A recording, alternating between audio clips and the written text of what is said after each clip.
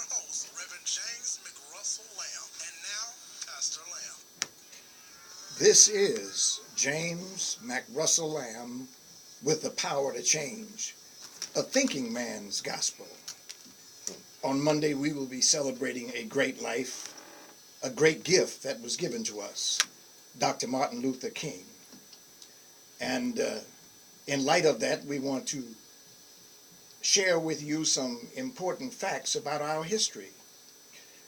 Who am I? What am I? Psalms 51 and 5, it says, "Behold, I was shapen in iniquity, and in sin did my mother conceive me." Now, I wasn't born sin. I wasn't a person of iniquity when I was born, and neither were you. But we were born into a world that already had a conversation about us, a history written about us before we arrived on the planet. And we have been shaped or misshaped by a lot of that information. Dr. Martin Luther King said, "Human progress is neither automatic nor inevitable. Every step toward the goal of justice requires sacrifice, suffering, and struggle. The tireless exertions and passionate concern of dedicated individuals." He also said, "Rarely do we find men who willingly engage in hard, solid thinking. There is an almost universal quest for easy answers and half-baked solutions. Nothing pains some of the people more than having to think." Well, we're going to be doing some thinking about our history. Let me give you a definition of the word philosophy. Philosophy is a system of values by which one lives on the investigation of the nature, causes, or principles of reality, knowledge, and ideals based on reasoning. Now that should be perfectly clear to you, shouldn't it? Well, no, it isn't. But all philosophy is everything that you've learned, no matter how you've learned it, who you've learned it from, your culture, your parents, your schooling, your upbringing. That's your personal philosophy. We all have one. But the earliest human thinking about the nature of the universe, human relations, the powers of good and evil, beauty, order and harmony, ethical behavior, the source of things. In effect, philosophy is found in Egypt, in Kemet, in Africa. They bring us as close as we can get to the origin of those kinds of ideas.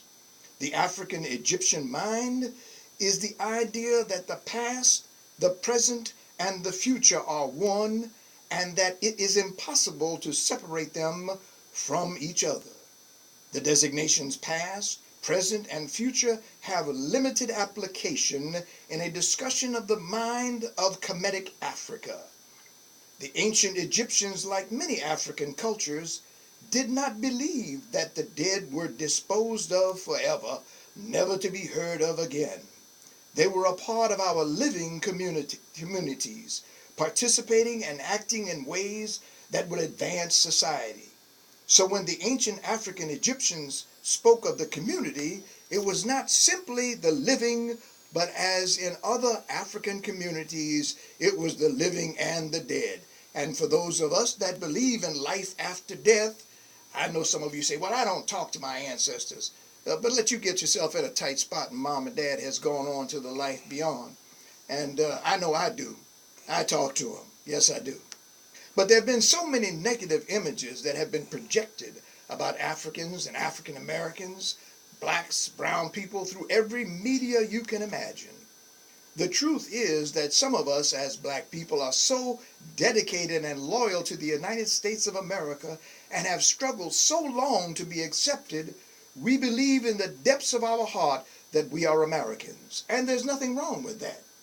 Let me relay a story to you. I was preaching an Afrocentric message in California, and a man, perhaps my age, came up to me after I had finished preaching the sermon, and he walked up to me and he looked me dead in the eye, and he said, "I'm no African, I am an American." And I had to go. I was startled by that, but he was very sure in what he was saying. Nice looking gentleman, dressed real nice. I had to go home and think about that. And what I probably came to the conclusion about was that he had probably struggled with prejudice all his life. Maybe he struggled and prayed right along with Dr. Martin Luther King and other civil rights activists. For so long, he may have dreamed about becoming a full citizen, and finally able to vote. He appeared to be a man who prayed and waited patiently to become accepted by the dominant society. And now, when he was told that he was an African, with all of the negativity surrounding that word, it was more than he could bear, and therefore came the words clear and powerfully as he put pride mixed with agitation at the implication that he was an African. I am not an African, I am an American. Martin Luther King said, change does not roll in on the wheels of inevitability, but comes through the continuous struggle, and so we must straighten our backs and work for our freedom. A man can't ride you unless your back is bent. And what I believe Martin said in that quote is that we need to continue to struggle for the freedoms in our mind, to remove the chains that keeping us from being all that we can be. Who am I? What am I? I am as we all are. We are mothers, fathers, sons, daughters, nieces, and nephews. We are doctors, lawyers, judges, teachers, writers, and entrepreneurs. We are jet black, blue black, dark brown, brown skin, light bright, almost white, red bone, and we are African, and more precisely Ethiopians, because that is where the creation of man began, in Ethiopia. The whole family of the earth came from Ethiopia. We are the mothers and fathers of all the sons and daughters of the world. We are the visionaries, innovators, dreamers, creators, leaders, builders, and poets, playwrights, preachers, pimps, vocalists and filmmakers, hustlers and Harvard-trained thinkers. We are jive talkers and colossal rectums, civil rights leaders, black power advocates, beboppers and hip-hoppers. We are agitators and faint-hearted assimilators, Afrocentrists and integrationists, and a cast of countless millions from the outhouse to the White House. We are a great and a noble and a beautiful, diverse race of people. Egypt is far older as a civilization of thinkers than Greece.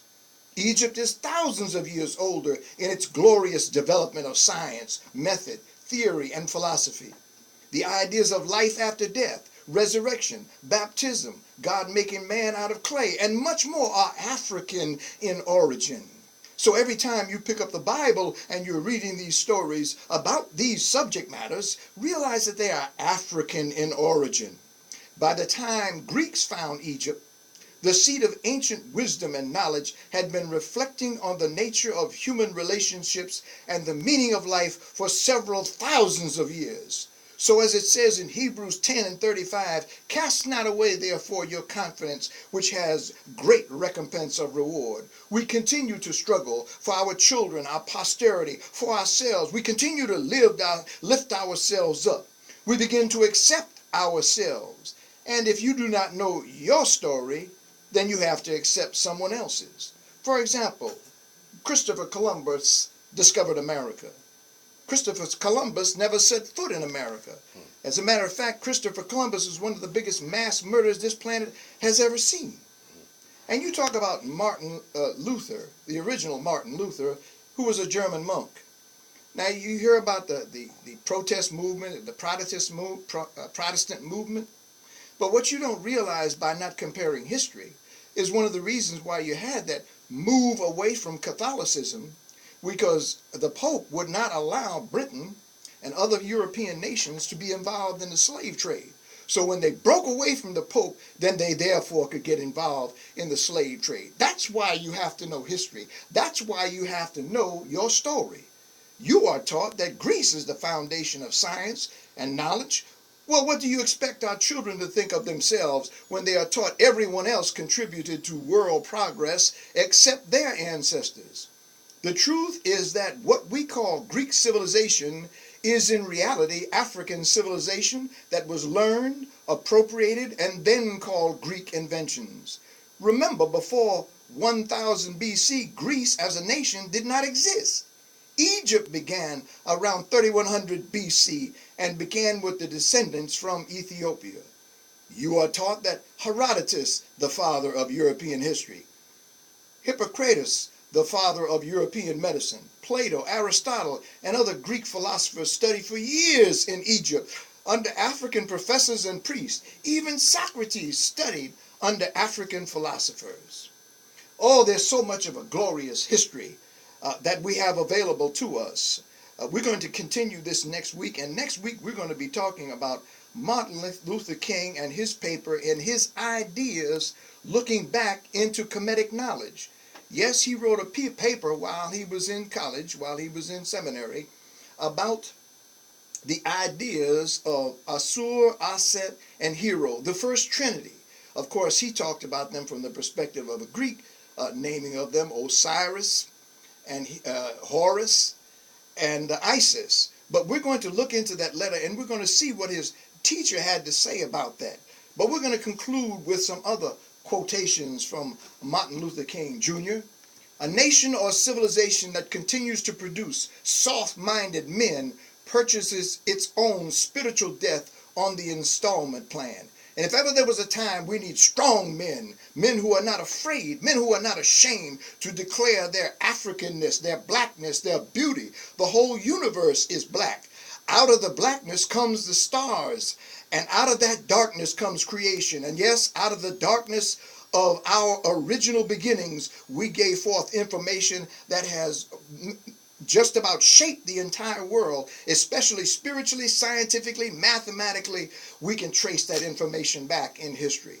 The function of education, said Martin, is to teach one to think intensively and to think critically. Intelligence plus character, that is the goal of true education. And remember, when we are reading the Bible, we are reading somebody else's opinion about us.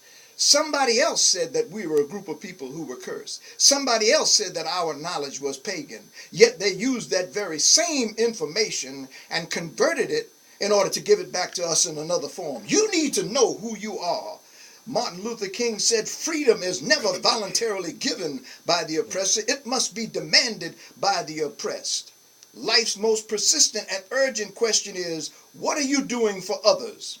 You are always serving in one capacity or another. You cannot not serve. It depends on what you're serving. Are you serving out of a heart that's loving and kind? Are you giving away grace and mercy, power, knowledge, wisdom, and understanding? Or are you still giving forth those things that are keeping us trapped in this information that has been locked in our minds through a negative opinion of ourselves, even through the English language? The truth is coming to light these days. The truth will make you free. If you will allow the truth in, others have stolen, changed, and caused us to believe that they have created all when actually it was us that God entrusted with spiritual knowledge that created other belief systems. Africans, yes, the despised and the downtrodden are the ones who have given the world light. We now stand at the beginning of the resurrection of our greatness, dedicated to the Almighty, who has blessed us with original knowledge from the divine. Embrace your greatness. Learn about your greatness. Stop being ashamed of your story. It is the light of the world. And finally, concluding with Martin's words, I just want to do God's will. And he has allowed me to go up to the mountain. And I've looked over and I've seen the promised land. I may not get there with you, but I want you to know tonight that we as a people will get to the promised land. So prepare yourself as we touch upon African history, its greatness, its splendor, and its wonder, as you listen to the power to change a thinking man's gospel. God bless you.